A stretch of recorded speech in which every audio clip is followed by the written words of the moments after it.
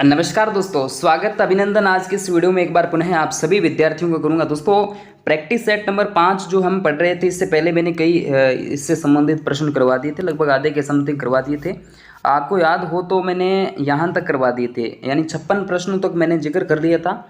आज इस वीडियो में हम जो आगे के प्रश्न हैं, जैसे साइंस है और भी India GK, Rajasthan GK mix up में जो प्रश्न चल रहे थे, उन सभी पर बात करेंगे आज के इस वीडियो में। वीडियो पूरा देखना, पैसेंस बना के देखना। जो सीईटी की तैयारी कर रहे हैं, चैनल को सब्सक्राइब कर लेना, चाहे 10+2 की करें या स्नातक स्तर की करें। और साथ ही जो है फेसबुक पेज पर नहीं जुड़े तो फेसबुक पेज को तुरंत फॉलो कर लीजिएगा। एक प्यारा सा कमेंट, वीडियो पर लाइक हो जाना चाहिए। और जो विद्यार्थी टेलीग्राम और व्हाट्सअप से नहीं जुड़े हैं तो व्हाट्सअप नंबर तो ये रहा, टेलीग्राम चैनल से जुड़ जाना।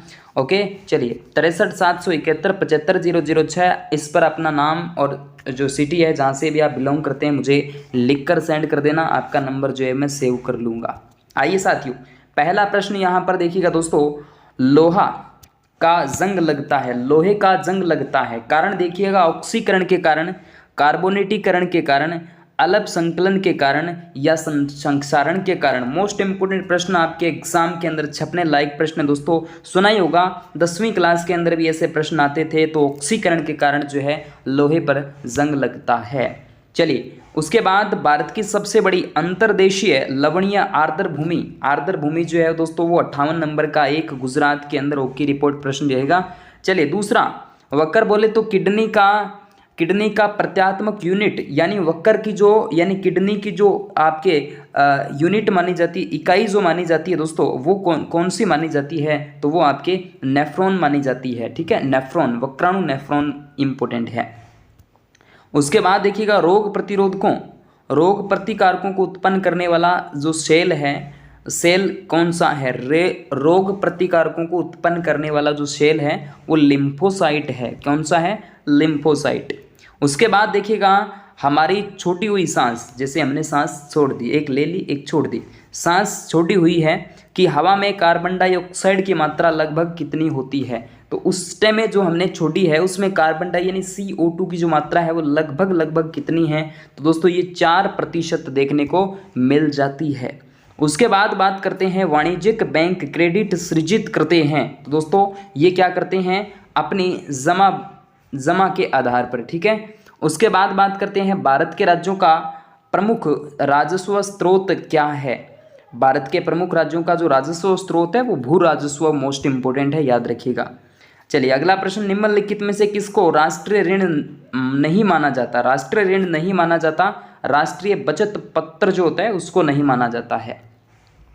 चलिए अगला प्रश्न, सवाई भोज का मेला राजस्थान जीके के अंदर आ जाता है। तो सवाई भोज का मेला भीलवाड़ा सिंध के अंदर लगता है। में प्रतिवर्ष किस समय लगता है? मोस्ट इंपोर्टेंट, रट के रखना दोस्तों। स्नातक स्तर के अंदर ऐसे प्रश्न जो है कन्फर्म पूछे जाते हैं। हालांकि एक बार ये प्रश्न आया हुआ भी है, एक बार तो मैंने देखा, बाकी और भी एग्जाम्स के अंदर आ जाता है।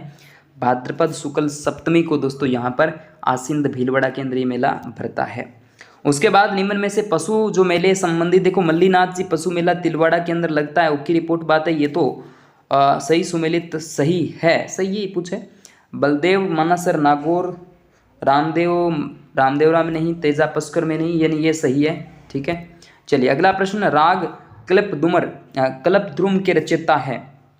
राग कल्पद्रुम जो है उसके रचयिता कृष्णानंद व्यास ही है, बिल्कुल ठीक है। और रामकृष्ण तो नहीं है। और यहाँ आपको मैं बता देता हूँ और जो ऑप्शन है 67 का 1 नंबर ओके रिपोर्ट है ना, बिल्कुल ठीक है सर। चलिए अगला प्रश्न देखिएगा, राजस्थान का सबसे प्राचीनतम ज्ञात मंदिर शीतलेश्वर महादेव मंदिर, झालरापाटन झालावाड़ में। लेकिन इसकी पूछिए, आपको क्या पूछिए दोस्तों? 6 7 नहीं है क्या? 8 डी जी 68 नंबर का देख लीजिएगा दोस्तों। 1 नंबर 6 8 9, 7 नहीं है। शीतलेश्वर 7, 6 से 7 कट गया, 6 7 8 ऐसे आ जाता है। ओके, चलिए अगला प्रश्न, ध्रुपद गायकी का प्रारंभ यानी आरंभ किसके शासनकाल में होता है? ध्रुपद गायकी की जब भी बात आ जाएगी मान सिंह तोमर, मोस्ट इंपोर्टेंट है। मान सिंह तोमर का नाम ले लेना भाई, मान सिंह तोमर मोस्ट इंपोर्टेंट है। उसके बाद निम्न में से कौन सा वाद्य यंत्र सांगवान, केर और रोहिड़ा नामक वृक्षों की जड़ों से बनाई जाती है? कौन सा वाद्य यंत्र है दोस्तों? सारंगी जो है वो बनाई जाती है किसके? सांगवान, केर, रोहिड़ा नामक जो वृक्ष होते हैं उनके द्वारा। उसके बाद में आपका प्रश्न है कि निम्नलिखित रंगमंच नाट्य कौन के क्षेत्र को सुमेलित करना है। एक तरफ आपके रम्मत, तमाशा, भवाई, गौरी। गौरी तो मेवाड़ प्रदेश की है, तो डी का आपका पहला होगा और डी का पहला 2 में आ रहा है। अच्छा, रम्मत बीकानेर और जैसलमेर की है, तो रम्मत ए का चौथा किस में आ रहा है? ए का चौथा बी बिल्कुल अभी भी राइट आंसर नहीं आ रहा। तमाशा, तमाशा दोस्तों तमाशा कहाँ का है? गुजरात से छठे क्षेत्र, ठीक है। तो इसके अंदर आपका अगर देखा जाए तो तमाशा आपका जयपुर का है, ठीक है। तमाशा जयपुर का है, तो भवई आपके जो भवरी है वो आपकी आ जाती है गुजरात वाले क्षेत्र की। चलिए अगला प्रश्न यानी 71 का, इसके अंदर अगर 4 का 1 और इसमें 2, ठीक है, 2 नंबर इसमें करेक्ट रहेगा। ओके, चलिए 72 जवाहर सागर जल विद्युत परियोजना किस नदी पर है?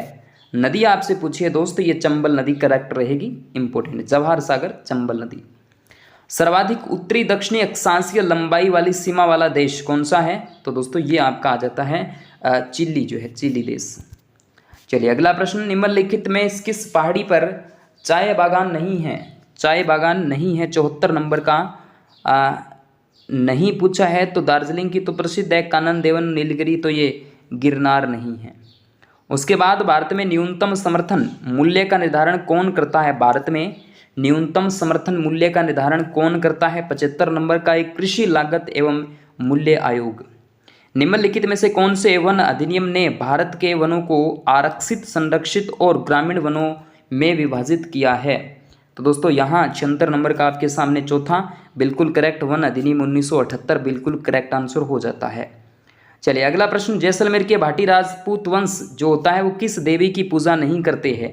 जैसलमेर का भाटी राजवंश जो है दोस्तों आवड़ माता की तो पूजा करेगा ही, आवरी माता की करेगा, और भाटी राजवंश चारणों की पूजा करनी माता की होती है, हिंगलाज माता की भी तो करता है, तो 3 नंबर यहाँ करेक्ट रहेगा। उसके बाद राजस्थान के किस क्षेत्र में रम्मत नाट्य का उद्भव होता है? दोस्तों बीकानेर, जैसलमेर का नाम लिया जाएगा बड़े आराम से, 78 का 1 नंबर करेक्ट रहेगा।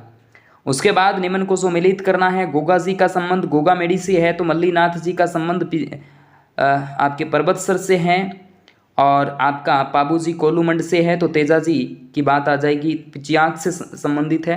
तो दोस्तों यहाँ पर सुमेलित नहीं पूछा है, तो गोगा जी की बात करें तो गोगामेडी ओके रिपोर्ट बात है, तेजा जी के यहाँ ठीक है, पाबूजी का यहाँ ठीक है, तो यहाँ मल्लीनाथ जी का ठीक नहीं बैठेगा, यह आपको ध्यान देना है। चलिए इसके बाद अगला प्रश्न, भारत के संविधान में निम्नलिखित में से किस निकाय यानी बॉडी के लिए प्रत्येक राज्य में नगर पालिका गठन करने का प्रावधान नहीं है? 80 नंबर का जो करेक्ट आंसर आपके सामने है वो शहरी पंचायत आ जाएगा, शहरी पंचायत। उसके बाद संविधान के कौन से भाग में पंचायती राज से संबंधित प्रावधान शामिल किए गए हैं? 81 नंबर का आप देख पा रहे हैं, अनुच्छेद भाग जो आ जाता है 9 की बात यहाँ से की जाएगी। उसके बाद स्थानीय ग्रामीण शासन के रूप में पंचायती राज प्रणाली सर्वप्रथम अपनाई जाती है, तो कहाँ पर? ये राजस्थान और आंध्र प्रदेश के अंदर अपनाई जाती है। ये प्रश्न बड़ा खतरनाक है। उसके बाद जोधपुर जिले के किस स्थान पर नाथ संप्रदाय की प्रमुख गद्दी स्थित है? नाथ संप्रदाय की जब भी बात आएगी दोस्तों तो यहाँ महामंदिर की आ जाएगी, महामंदिर जोधपुर में पड़ता है। उसके बाद करौली जिले में स्थित केला देवी का मंदिर किस नदी पर है? तो दोस्तों ये काली सिंध नदी आ जाएगी या पीली सिंध नदी आ जाती है, चंबल नदी, गंभीरी, आप बता सकते हैं कमेंट के अंदर, तो काली सिंध नदी आ जाती है। रणकपुर के जैन मंदिर किस नदी के किनारे हैं? तो आप कमेंट में जरूर बताना। बांडोली के मंदिरों को प्रकाश में लाने का जो श्रेय दिया जाता है दोस्तों वो किसका है? तो ये कर्नल जेम्स टोड का नाम यहाँ से लिया जाएगा। अगला प्रश्न देखो, पोत हांसर सरी, ये दोस्तों आभूषण महिलाएं धारण करती है, तो ये कहाँ करती है दोस्तों? ये आपसे प्रश्न पूछ लिया गया है। तो ये दोस्तों कान नाक इसमें आपको दे रखा है गले के अंदर, ठीक है, गले के अंदर, ठीक है।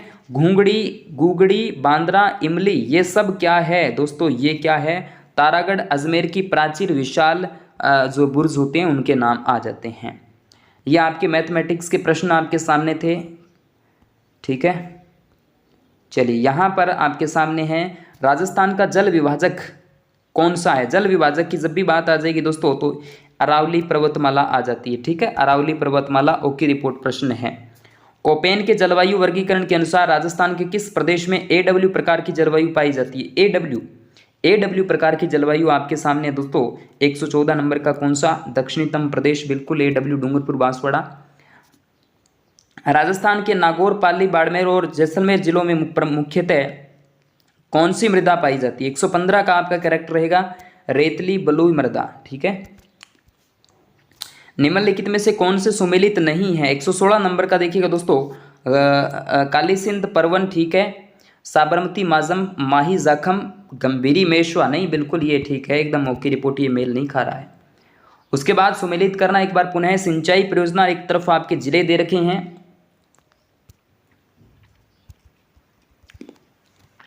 हम जानते हैं कि सोम कमलांबा डूंगरपुर से है, यानी बी का चौथा होगा दोस्तों, बी का चौथा। एक तो 1 नंबर में, एक 4 नंबर में आ रहा है। उसके बाद जाखम बांध जो है आपको प्रतापगढ़ में देखने को मतलब डी का फर्स्ट है, तो डी का फर्स्ट दोस्तों 1 में ही आ रहा है, तो चौथा बिल्कुल करेक्ट आंसर हो जाएगा। चौथा जो है ना बिल्कुल आपका करेक्ट आंसर देखने को मिल जाएगा।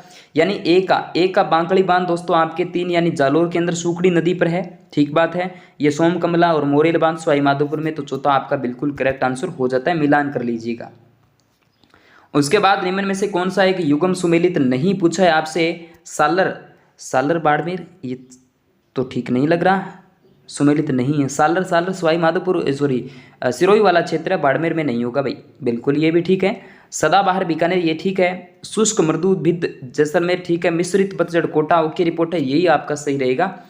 चलिए अगला प्रश्न देखिएगा, राजस्थान के सोयाबीन के प्रमुख उत्पादक जिले, सोयाबीन के प्रमुख उत्पादक जिले दोस्तों कोटा बारा, ठीक है, सोयाबीन का नाम आ जाता है इसके अंदर। उसके बाद राज्य में सूखा संभाव्य क्षेत्र कार्यक्रम किस सन प्रारंभ किया गया था दोस्तों? ये आपका 120 नंबर का जो करेक्ट आंसर आ जाता है 1972 73 नहीं 74 75 के अंदर, ठीक है। उसके बाद राज्य के एकीकृत बंजर भूमि विकास योजना राजस्थान के डूंगरपुर में किसकी सहायता से चलाई गई थी दोस्तों? तो ये आपका आ जाता है यहाँ पर, कौन सा राइट हो जाएगा दोस्तों? सीडा जाओ, ठीक है, सीडा। 2 नंबर, रिक्को द्वारा राजस्थान में 4 एग्रो फूड पार्क विकसित किए थे। बड़ा प्यारा प्रश्न है, कई बार रिपीट हुआ, आने वाले आपके एग्जाम के अंदर जरूर देखने को मिल जाता है।